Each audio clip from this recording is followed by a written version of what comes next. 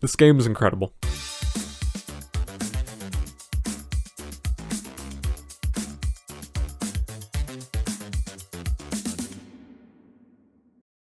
My, yes, the slums, where the most desperate of the hopeless scurry around for meager pickings of what the higher people have left behind. Be careful, it's not a safe place to— This prick just bumped into me!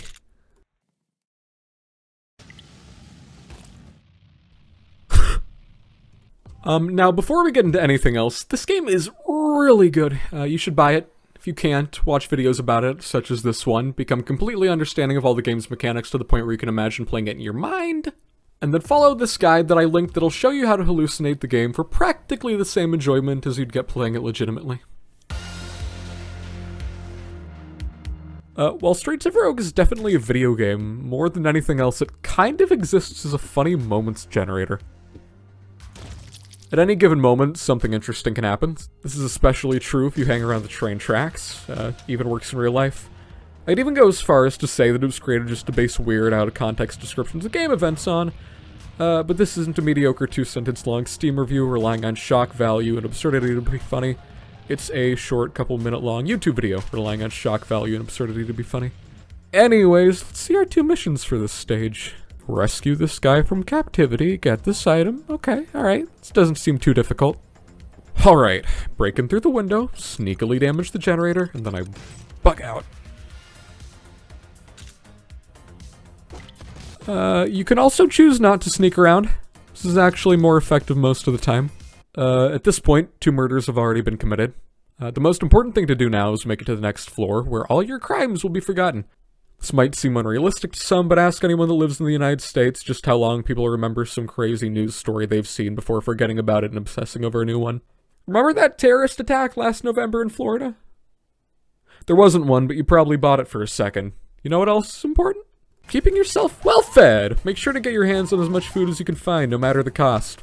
Alcohol heals you, so hit up every bar, buy out all their stock, and steal beer from people, kill people for beer, and when all else fails you, spend all your money cloning your beer. The standard 6-pack heals most low-health characters for 75% of their total health, and there's nothing stopping you from drinking them all at once when necessary. Hello, sir, I'd like all your finest alcohols, pretty please. Thank you. For some reason, there aren't any convenience or grocery stores in this town, so you'll need to break into others' houses to get your bacon cheeseburger fix.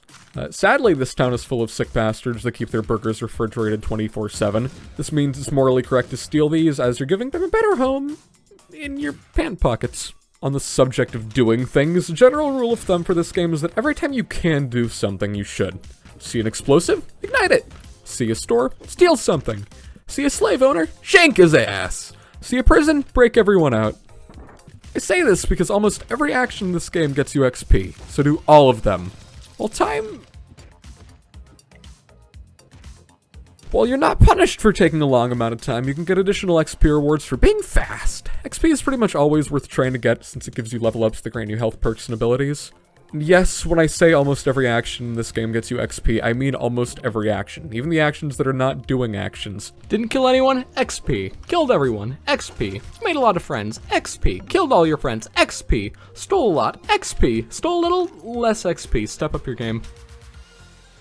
Virtually every playstyle is rewarded in some way or another. If there aren't any perks or items designed around what you're trying to do, there's probably a mechanic or character that does what you want. Nothing is off the table. Non-lethal doctor, gorilla, drug addict, methodical thief, gangster, everything works! Anyways, I'll save listing off more stuff for later. Let's continue on with the mission. Hold on, is that an unsecured bank? You know, sometimes I feel bad for killing all the workers and raiding the vault, but to be fair, they should have known better than to open up a bank in this town. Aw man, I need to get my health back. This is very much a game for people that like to take their time for whatever reason, whether you're planning out an elaborate heist, murdering people, or subduing them and putting them on train tracks. You're kind of the boss. While there are a lot of possible outcomes to most quests, sometimes things go fine. If you find this boring, try angering anyone nearby, or causing lots of property damage. Keep this going all the way to your next quest location, you'll keep yourself mentally engaged while going through your routine. Not that this is a game where you need to give yourself things to do, but it's scientifically proven that while doing things is fun, more things is more fun. Hold on, it's a bar. I should buy something with my completely ethically sourced money. Stores don't serve thieves. Depending on your character, certain people and groups might not like you. Thieves aren't normally let into buildings. There are some remedies for this, like breaking in or murder. Alternatively, you can go to an augmentation booth to make yourself more appealing to others, upgrade good traits, remove bad ones, or sub them out for others, even change things that might not make any sense. Thieves can remove their trait that makes property owners annoyed with them, gorillas can remove their trait that prevents them from using guns, and hackers and other weak characters can remove their skinny nerdlingerness? What does that even mean? As you can see here, this is one of the missions. This is a completely different run. I have no idea how to structure videos. You could hack into it. You could. But sometimes it's just better to walk in. Generally, the people in these places are... Oh, I didn't mean to press that. I'm sure I'll be fine. Generally, the people that run these places are kind of idiots, so you're kind of free to walk in and do anything you want.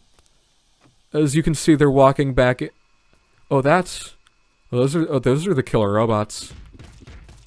They're walking back in, which can be really inconvenient. I really don't know why they do that, especially considering the vents are spewing out poisonous gas. It's really not that big of a deal, as we can just walk out anyways. Like, hey, does it smell weird in here, or is it just me? Well, I did put a little Febreze in the air system. Huh? How long has that been in there? I don't know, like a few years or something. And you didn't change it? Well, we don't need air conditioning often since we live in an indoor city, Michael. Maybe try being less privileged, you judgmental bitch. Okay, now we're back to the live footage. I do that sometimes. Wait, why is the screen going grayscale again? No, wait, no. You see what just happened? Before the cutaway bit about the air conditioning, I mean. When there were all the robots, how things went wrong, and suddenly I had to play completely differently. That's called emergent gameplay, and it's one of the most important things that makes this game so fun. Basically, emergent gameplay is when one action in a game affects another, causing the situation to rapidly change course and lead to new things happening. This game's got a lot of variety on its own, but the sheer number of different ways mechanics can interact with each other adds an absurd amount of variety to most situations. The second stage is pretty similar, except you have 3 missions to complete instead of 2, plus an additional optional side quest to complete for extra chicken nuggets, or, if you have the maximum, a free item. This can lead to some funny moments if you've already stumbled upon the item they're looking for. So, I need to get this incriminating photo of me out of this safe downtown. You mean this incriminating photo? How did you get that? Hey, give me that! Not so fast. Give me the bacon cheeseburgers, then we'll talk. Or it can lead to situations like this. If I kill this guy, I get a free leaf blower. I have no practical reason to do this. But it seems pretty fun. Why not? You ever just have one of those days? You know, where everything goes wrong? Like, you need to get groceries, but it starts hailing, so you have to walk to the store, and they're all sold out of what you really wanted, so you walk back home and you use the restroom, and then you take a shower, but there's no hot water, and the toilet overflows, and that bastard that stole your lunch that one time in the 3rd grade follows you home and beats you to death with a monkey wrench. Picture that, except the hail is replaced with incoming artillery fire, your water is radioactive, and every single person you see is the aforementioned bastard that wants to beat you to death with his aforementioned monkey wrench. It's the 3rd stage of every district. But much like a rampant alcoholic with a newly installed breathalyzer in his car, you learn, you adapt, you bend the rules, except not by inhaling alcohol to get tipsy in this case. You get a baseball bat and hit the missiles at people you don't like. You steal those wrenches and smelt them into molds used to create counterfeit firearm components. You make hard drugs and distribute them among denizens of the city and then blame it on your political rivals to make them look bad. Okay, I lied about that last one. The developer hasn't implemented that feature yet. Maybe for the sequel. Basically, what I'm trying to say is that things get wacky and difficult, and artillery rain, sudden radiation, and occasional mass violence are all actually in the game, among many others. These work so well because they're not all 100% bad. Like I alluded to in my overly long, unnecessary metaphor earlier, you can utilize a lot of these to your advantage. Missiles from the sky hurt more than just you, and you'll frequently see buildings you need to break into having their walls blown up, or targets of yours unknowingly standing directly beneath an incoming explosive. In fact, some of these can be actually mostly beneficial depending on your circumstances. If you're playing the zombie and get the zombie outbreak event, guess what? You've got over 100 goons to work for you. Characters with a bloodlust trait can also benefit from events that have a lot of people active. Some more examples of using these to your advantage are pushing people out into the open when radiation blasts are about to occur, using the killer robot as a free missile dispenser, and the random status effects in general being a gamble all on their own. Playing a stealth character only to find yourself in a situation where you'll need to suddenly disarm bombs located around the city is a good change of pace. Sometimes you'll be running through the shadows, trying not to be spotted during a police lockdown. Other times you're gunning down hordes of zombies. It's a great feature for mission variety, but it also really changes the way you have to think. It's a good mechanic, and these levels are easily some of the best parts of the game. I'm really looking forward to seeing how this mechanic, it's pretty synonymous with Streets of Rogue, makes it into the sequel.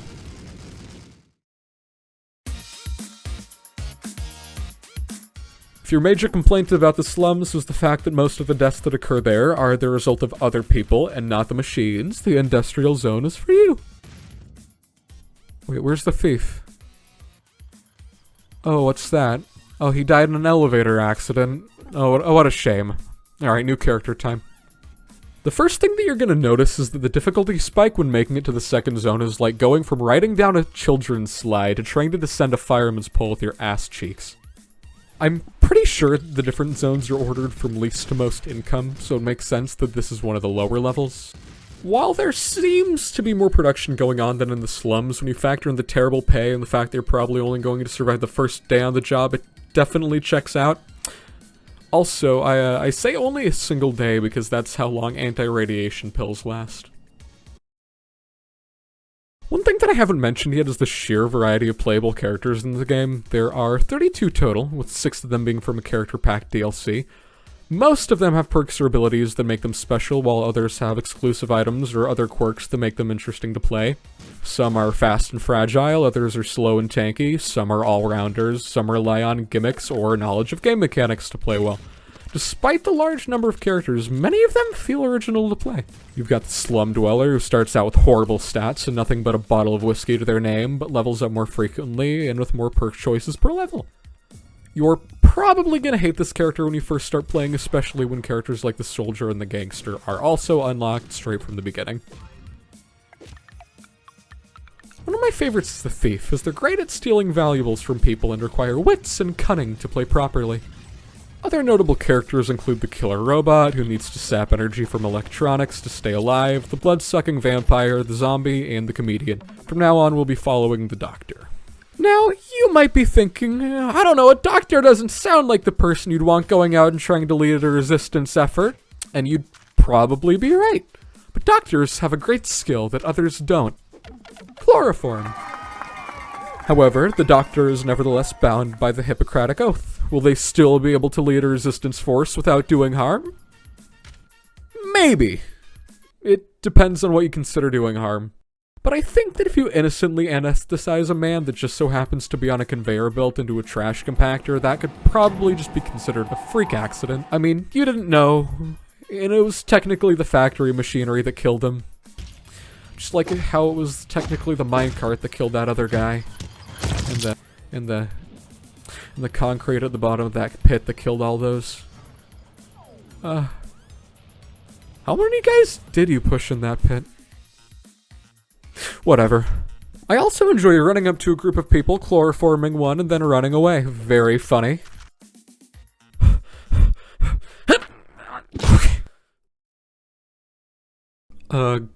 Guys?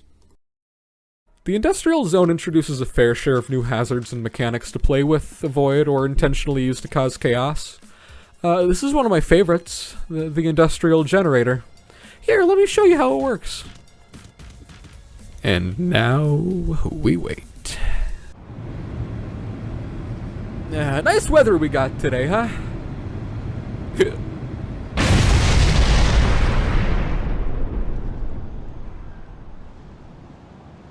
Okay, that was definitely your fault.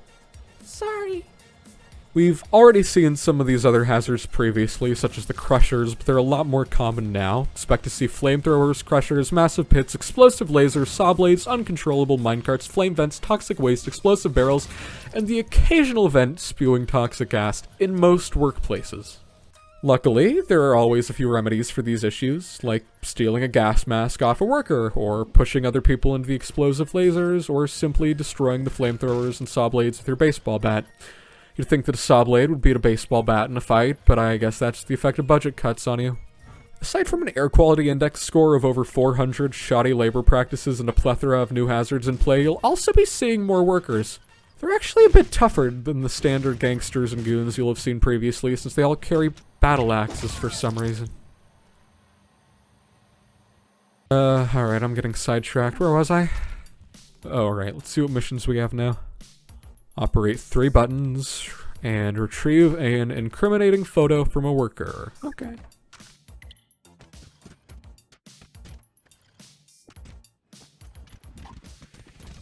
Okay, walk in here, subdue this guy, sneak around the traps, and,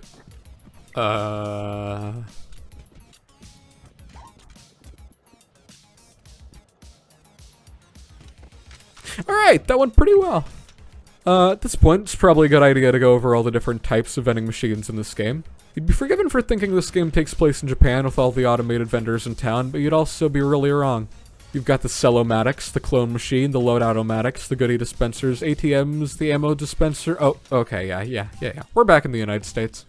Cell-O-Matics are pretty much just automated pawn shops without item screening to prevent you from selling illegally acquired items. I'd like to imagine these all just go to some sort of massive scrapyard that charges $10 an entry for an all-you-can-eat buffet of offloaded junk. But hey, you get paid pretty well for taking syringes and other garbage out of trash cans and selling them to people, so that's a plus. You can even hack them to increase the selling price of all your crap. Just make sure not to run the machine out of cash, as there's only one per floor. The clone machine is pretty self-explanatory. You pay a price higher than the average price of the item you're trying to clone, up to 3 times per machine. You can also pay to clone yourself, get your clone to kill other people for you, fake your death, get married. Possibilities are endless. If you hack a clone machine, you clone a random person. All clones are aligned with you, which is nice. This can cause a bit of trouble for you, since if they cause any chaos, you'll be held responsible for their actions. Kinda makes sense, given that you brought them into existence, but I'm still not too fond of when it happens to me. All in all, pretty fun machine if you don't mind the existentially and morally disturbing implications and uses. The loadout-o-matics allow you to buy items your character comes with at lower prices than you'd find elsewhere. Goodie dispensers look like gumball machines, but they're actually full of drugs, high explosives, tools, and whatever else the owner has decided to put inside. Ammo dispensers dispense ammo, and ATMs can be used to transfer cash. Anyways, all that was necessary was chloroforming 2 guys. The biggest downside of the chloroform ability is that you can only use it when behind people, and sometimes those people just so happen to have their backs up against walls. While you can't abuse CL_interp here, you can just punch a wall to get people to look in that direction for a few seconds. Just walk up behind them afterwards and you're done. This trick actually works on a lot of things. Drug dealer looking at his computer that you want to use to unlock his safe with? Punch the wall, get him to look away, press the big unlock button that every computer has for some reason. Walk in, grab his stuff, and then leave. It's also entirely possible that he's just not aware of his surroundings, though. Actually, most people aren't terribly aware of their surroundings. Knock on someone's door, wait for them to open it, and then walk in behind them during the small time frame between them turning away and the door shutting.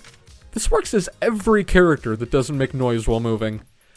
Another awareness fact that the game completely lies about is doors making noise. It says that it makes a slight noise that only nearby people can hear when you open a door, but never in my entire time of playing this game have I ever seen someone become alerted to a door opening. You can even open a door they're looking at and they won't become alerted so long as they don't see your character open the door. Maybe everyone's suffering from mental issues related to intense pollution. I mean, you can take out 3 people in a hospital without anyone hearing. A guy will wake up, look at the grotesque scene in front of him, and then go back to bed after 3 seconds with the perpetrator of the massacre standing right in front of him. Can also be a good idea to lead people outside before fighting them, as to not cause a bigger scene. I mean, where else would you beat them up if not the street? Their own homes? It'd be rude, wouldn't it? Don't be rude. Beat people up outside. Another interesting fact is that people won't be startled by you shooting guns at people until the bullets connect. You can start spraying bullets everywhere, yet nobody will be concerned until someone gets hit. Then they're all like, oh, this is bad. Man, I never realized just how terrible what everyone in this game goes through is. Since the start of the video, we've witnessed an air raid, legal slavery, forced factory labor, corrupt cops, and at least 3 fatal minecart incidents. Anyways, side mission time. Steal the thing from the guy. Sounds simple enough. Try to break in, destroy a flamethrower, realize that there's a worker not visible since he was hiding behind an open vent releasing smoke, run away, come back, try and anesthetize him, realize you can't since he's wearing a mask, grab the thing right in front of him anyways, run back to the bar, get him to punch a guard, watch as he's shot dead, knock out the bartender so you can get the key, accidentally cause collateral damage, kill the final guard with a generator explosion, grab the chest, and then leave. Simple, efficient, only 14 active steps. I tried to hire this hacker to have him hack into a slot machine for me, but he didn't want to since he just watched me kill everyone inside. So I knocked him out and used his device to rig the slot machines anyways. This is pretty much one of the best ways to make loads of cash in this game. After you use the slot machines enough, all slot machines on the floor will stop working. So yes, you can ball so hard that the city shuts down all the slot machines in a 5-mile radius because you're so good at it. So you can see here I went from 119 cash to 369.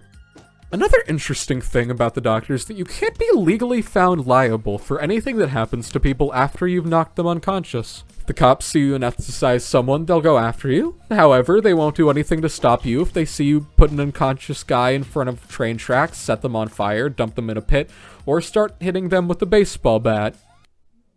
I don't know why you do that. And in case you're wondering, knocking someone out and then blowing them up doesn't count as a kill. Same with any other ways they might die. I'm sure there's a weird code reason for it, but it's pretty funny, which is why I bring it up. Anyways, I complete all my quests, make it to the exit, destroy the floor's only source of power for some reason, get lucky and pick a really good trait, and then leave for the final floor of the industrial zone.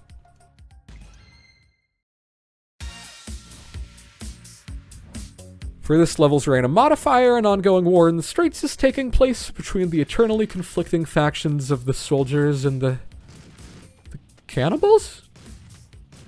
I wasn't too worried about this since I'm playing as a doctor, but apparently the cannibals don't care and will still try to shoot me anyways. All in all, it honestly wasn't too bad. I ran around a bit, watched as horrible acts of violence were committed, broke into a few houses to hide in, ran around while getting shot at, and tried to get on with my business to the best of my ability. It's not the most interesting or complex event, but that doesn't mean it isn't fun to get your missions done as chaos unfolds around you.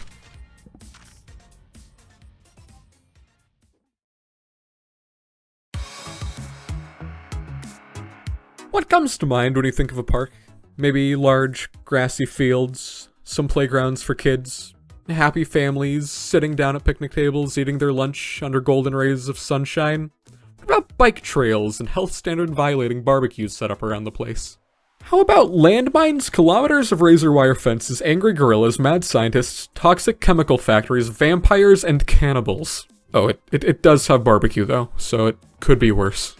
If you were expecting the park to be a nicer place compared to the industrial district, well, it still is, just not by a terribly large amount. The threats present are all a bit different, and most of them aren't as dangerous as the factories you've been walking through previously. Oh, wait, where's the doctor? Oh, what's that? They've been attacked and eaten by cannibals after wandering into a cave. What the f- Is a gorilla? Communicating with other people and settling disputes respectfully or with peaceful solutions isn't really your specialty. But who needs English when you can punch people through walls? One of the most fun characters in the game, in my opinion. You're not going to be mowing down zombies with a rifle or shotgunning vampires, but you can punch people so hard they explode, which is a feature that I feel a lot of games lack nowadays. However, in this run, I've already used the augmentation booth to remove the gorilla's trait preventing it from using guns. It's entirely possible to play as the gorilla without using guns, and that's how you'll play it most of the time. But I thought it'd be fun to showcase it here. I also like to imagine how the people witnessing this would react, like, dispatch, we got a gorilla with a knife going and stabbing, but dispatch, the gorilla has a gun, I repeat, the gorilla has a gun? While you can't use guns by default, you still have the ability to do a powerful charge attack at any time. This is your primary method of hitting people so hard they become tomato paste. Definitely one of the brute force characters. You'll probably need to use items you find along the way to your advantage. Speaking of which, I haven't actually gone into much depth about many of the usable items in this game. Items in Streets of Rogue have an insane amount of variety of them. You've already seen the hacking device earlier used to hack into objects. You can use it to make TVs explode, get refrigerators to run, literally, make robots go on rampages, play music from jukeboxes, switch around security cameras, hack computers, and more. It's pretty much just a non-character specific version of the hacker's laptop. Another interesting one is the Cube of 𝓓𝓮𝓵𝓾𝔁𝓮. I don't know if I'm pronouncing that right, it's probably a pun I'm too stupid to understand or a reference I don't get. All that matters is that you get free items and you break open lamps while holding it, which is fun, but also probably pretty confusing to the neighbors.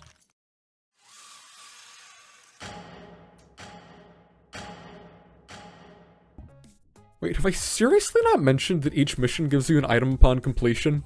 If one quest gives you, let's say, a rocket launcher, you should do that first, because you can use the rocket launcher for the second quest. Sometimes this mechanic can really save your ass as well. Getting a critter upper in the middle of a fight can suddenly have you going from getting blasted by all enemies from all angles to turning said enemies into canned tuna. It's also just pretty fun to get random items.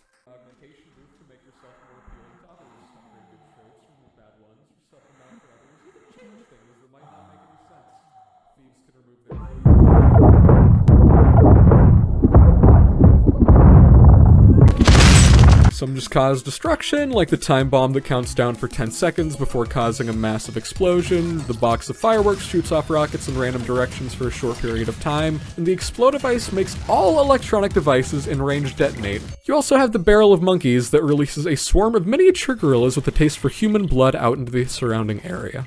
Others have less destructive uses, but still provide a lot of help. Friend phones can be used to summon 2 other characters, the same class as you, to aid in your quest.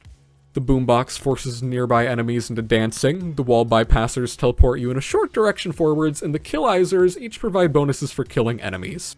There are many more not listed here, but these are just a few of the most fun. Back to the park itself, it's definitely one of my favorite environments. Not sure how to say this without sounding like a psychopath, but there's a certain joy to walking over a landmine, setting off its 3-second detonation timer, and then watching a Slumdweller walking behind you get atomized by the blast. And you know how some fighting games let you hit enemies into walls for extra damage? That's kind of what the barbed wire fences work like here. Vampires are kind of interesting. They'll occasionally run up on a character the same way a thief does, except they'll drink their blood instead of pickpocketing them. This will probably only happen to you once before you start hunting down and killing every single vampire you see in the area. Cannibals aren't too interesting, just kind of weird considering the fact that they're man-eating cannibals.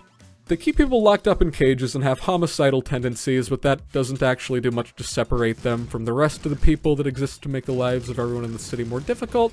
They do actually occasionally eat people after they're killed, like what we saw earlier with the unfortunate doctor that made it here. There are still a fair share of factories here, but they're all a bit different than the ones you'll see in the industrial district. Most of them are filled with hazardous chemicals, and yes, of course there are still crushers. You'll also be seeing a lot more labs here than the districts that precede it, presumably since the scientists are taking the gorillas from the gorilla caves for experimentation, but that's deep Streets of Rogue lore, and I'm not going into more detail on that right now. These facilities might be related to all the lakes around the park, which are also man-made since the entire park is artificial. It also explains the strange status effects that can be gained from taking a dip in them. It is still a bit weird that this nightmare hell city still has better quality water in its lakes than all the ones I live around in real life, though. Speaking of which, I'm also surprised, I know I've said this a lot, but I'm surprised that I haven't gone over the status effect items. You'll probably be familiar with some of these already if you play games. In general, actually, most games I think of have status effects. You're probably familiar with a few of these already, such as strength, speed boost, poison to accuracy boost, and more. They do get a lot more interesting though, and even the simpler ones all have their uses. You can also buy cocktails for guaranteed, albeit random, positive status effects. What the hell do they put in these things? Where these become really fun though is the objects that allow you to give them to others. All items that give status effects can be used on water pumps or vents to turn a single-use item into something that affects a large group of people. Here's my favorite status effect item. Cyanide. It's called cyanide. The status effect it gives you is instant death. Everyone that breathes it in instantly explodes. Everyone that swims in it also instantly explodes. I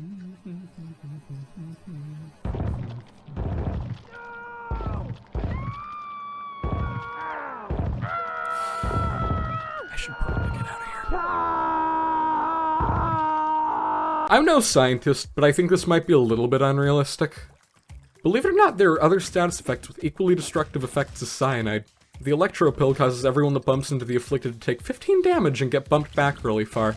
If you can get a whole group of people under the effects of this, it can quickly turn a congregation of people into a sadistic version of a pinball machine.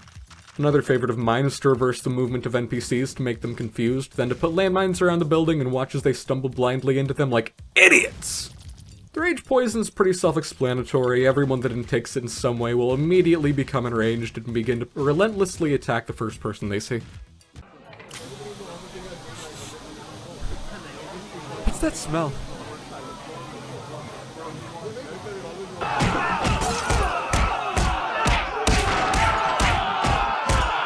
Status effects can also be used with the water pistol to inflict them on other people from a long range. This means the single deadliest gun in the game is a water pistol with cyanide inside. Seriously, it doesn't even matter where you hit them. Stream of water hits your shoe, dead. Instantly evaporated. Should've worn a gas mask, moron. Hey you! Drop the weapon! Oh wait, that's just a toy water pistol. How cute. Carry on.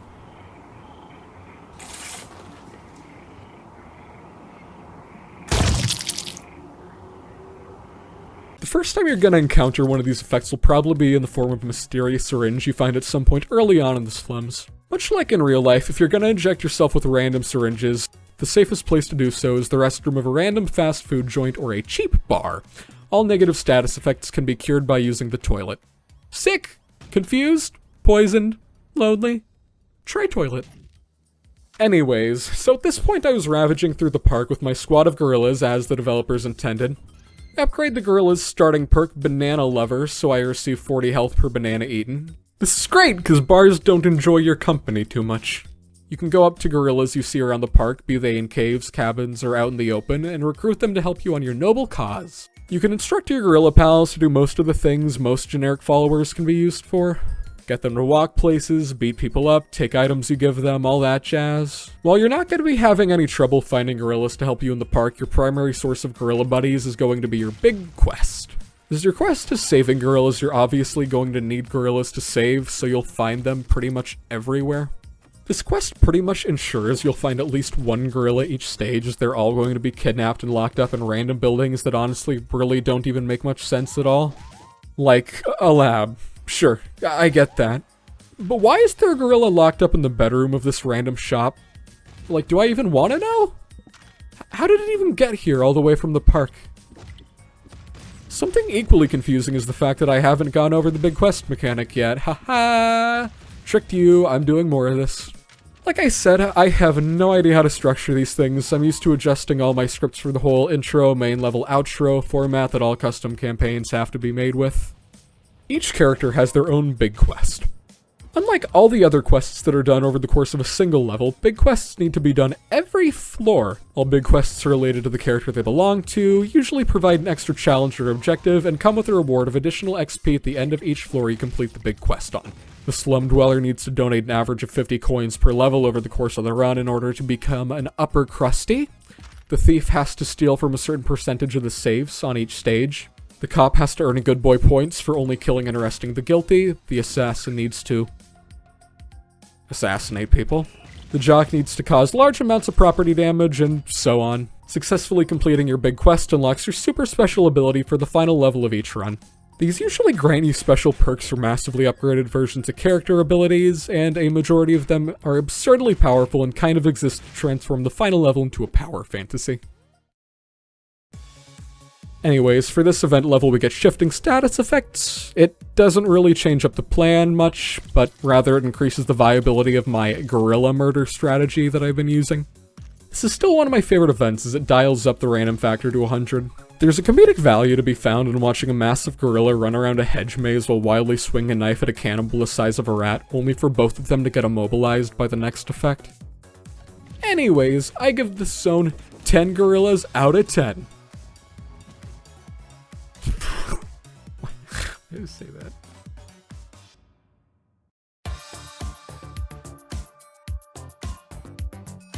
At this point, you've probably gathered things don't really get any simpler with each new district.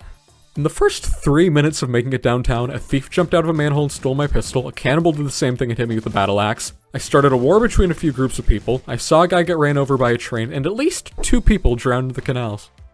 Oh, nothing happened to the gorilla actually, he's fine.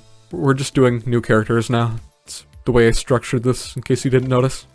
Being a cop is funny, because you can just walk into a building, arrest a guilty person, another guilty person will watch as they get arrested and they won't do anything about it. Then you just walk up to them and put their handcuffs on and they're all like, "Aw man, I really didn't think you'd get me," as you dump his restrained self down a manhole.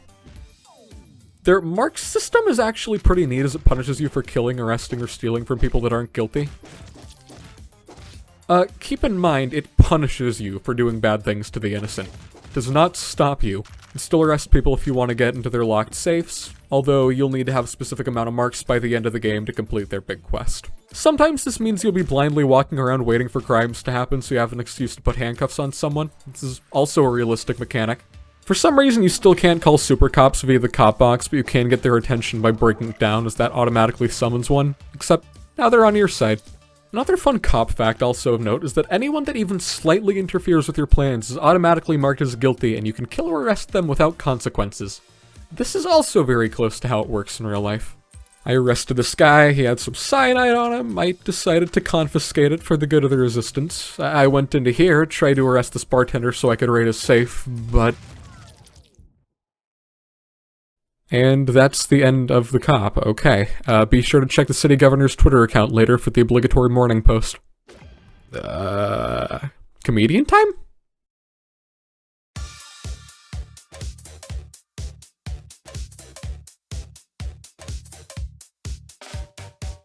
Where else would the comedian be but downtown? A hip and bustling city full of life, entertainment, corrupt cops, mobsters. Alright, I guess it's not as cool of a place as it might initially seem. You might think this part of the city to be nice when you first enter and see all the posh nightclubs, arcades, wrestling arenas, movie theaters, and comedy clubs, but you'll start thinking less of it the moment a crackhead jumps out of the sewers and steals the bomb you just happen to be carrying around for completely normal reasons. But hey, that's just the way the cookie crumbles. Here, before I show you anything else, check this out. Hit one guy, walk into another guy,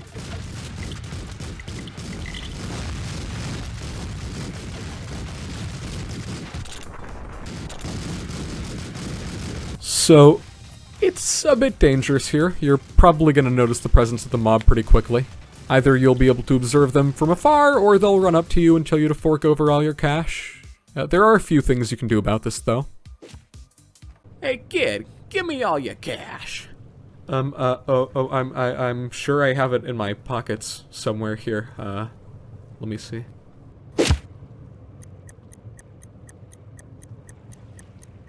This is the most entertaining district by far. You can get hours of enjoyment solely by punching someone, walking in front of someone else, and then watching as half the town gets involved in a shootout. But until half the town dies in a gang war, it's also the second most populated. This is great for the comedian, as it means there are quite literally tens of dozens of people to impress with their incredible sense of humor.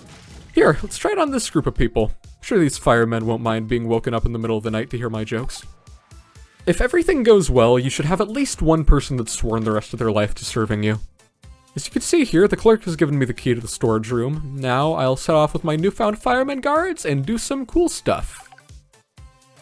I tell a few more jokes, make a few more What the I like the comedian because he's funny. You tell jokes and sometimes people laugh and sometimes they don't and sometimes they try to kill you. Sometimes you tell a joke and they don't laugh and then you kill them. It's also funny. You can walk up to a guy and go like, "Hey, you ever heard this one? Why did the orange cross the road? Banana peel." You're not funny! Yeah, get the bastard.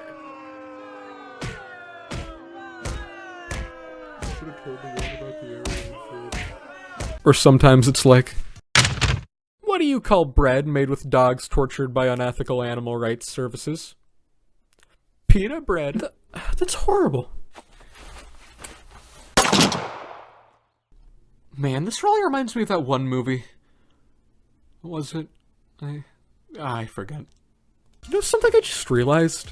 Dystopian setting kind of makes this weird AI stuff justified. You can blow up an office and they'll all be back in a minute. They don't even check to see if you're gone. Oh, finally! Finally! I've had no time to wind down since the boss removed our cigarette, bathroom, and lunch breaks.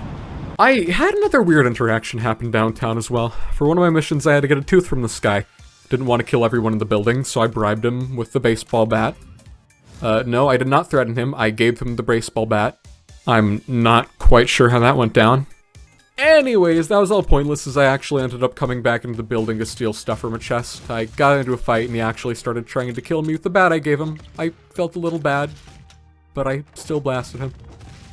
And yes, I took the bat back after he died, so that was a funny encounter. You know what else is funny? The warehouses in this... What? Why am I even talking about this? Nobody cares about the level design. Why am I even talking about the game mechanics? I guarantee nobody cares about the game mechanics. Here, look at this funny video I made.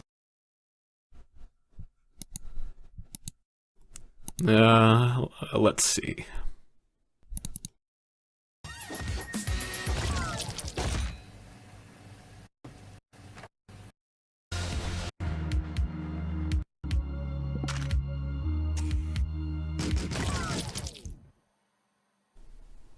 Yeah, I guess that's pretty funny.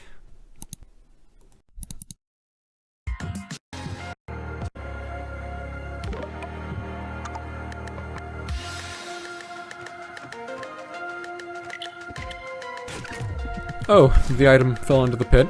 Okay, it's also pretty funny.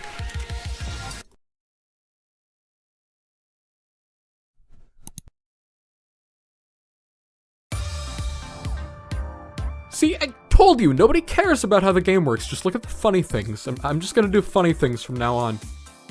Here, check out this move I invented. I call it the Kentucky Diplomat. Garbage attack! Garbage attack! Garbage attack! Tombstone attack! Tombstone attack! Tombstone attack! Tombstone attack! Hey, let me in! Idiot. Hey, where are you? Let me inside! I missed! This guy jumped out of the sewers, stole 3 rocks out of my back pocket. I shot him dead. Serves him right. Hey, idiot! Follow me! Oh man, you slipped! You better not try and follow me again. Oh, you slipped again! Oh no! Robot, kill for me!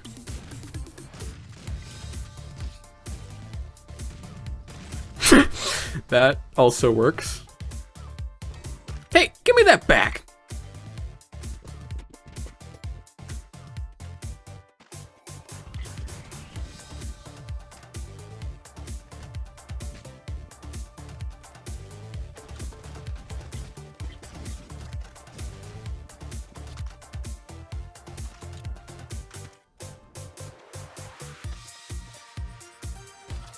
Oh. Thanks, train. Don't mind if I do. Gorilla punch! Gorilla punch! Gorilla thirsty. What the? What are you doing? Oh my god! Here, you want to see something cool?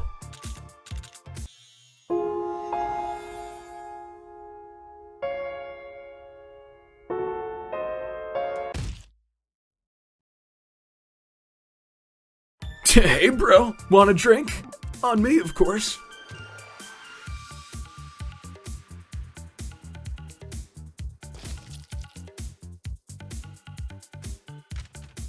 Hey, you know what? You too. I'm feeling generous tonight.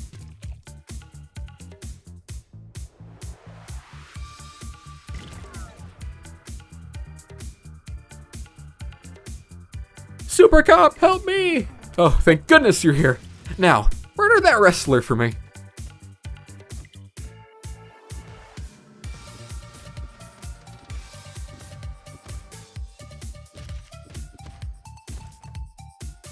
Alright, Mr. Receptionist, I'll be taking my fight money now. Thank you very much. Don't make me tase you, I'm a pacifist! Alright, you asked for it. Hey dudes, it's me, the gorilla. I can speak English now. Don't ask how it happened. I found out this awesome life hack on how to get free money. So you gotta find a hacker, or kill a hacker and take his hacking device. And now you gotta throw the annual salary of someone working in the industrial district down a pit. Who started the whole throw coins into a well thing anyways? The National Well Owners Association or something? Good joke, I know. And then you find a 4-leaf clover. After that, you kill 3 ghosts. Then you buy the resurrection shampoo. And then you follow it up with killing yourself via jumping into a manhole. And then you go to a casino and hack the slot machine. And then you win 100% of the time. Problem, government. Anyways, that's all for today, Gorilla Gang. Make sure to subscribe to my YouTube channel, 𝓓𝓮𝓵𝓾𝔁𝓮.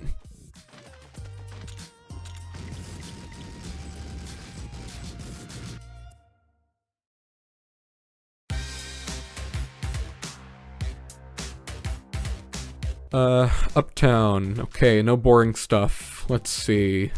I completed all my missions and this guy tried to stop me, but the elevator proved too much for his small brain to handle. Hey you! Stop right there!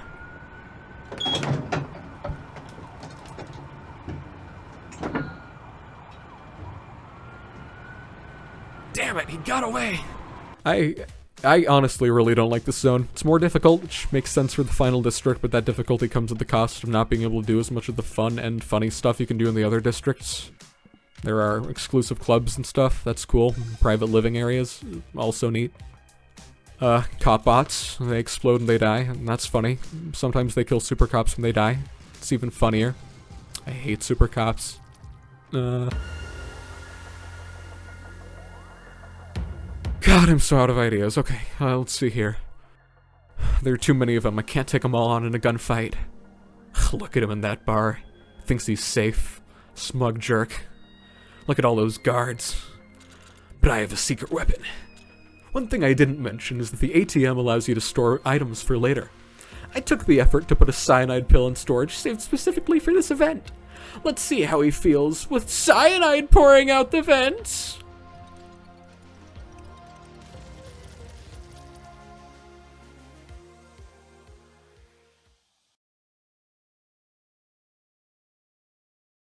Le chapeau du maire.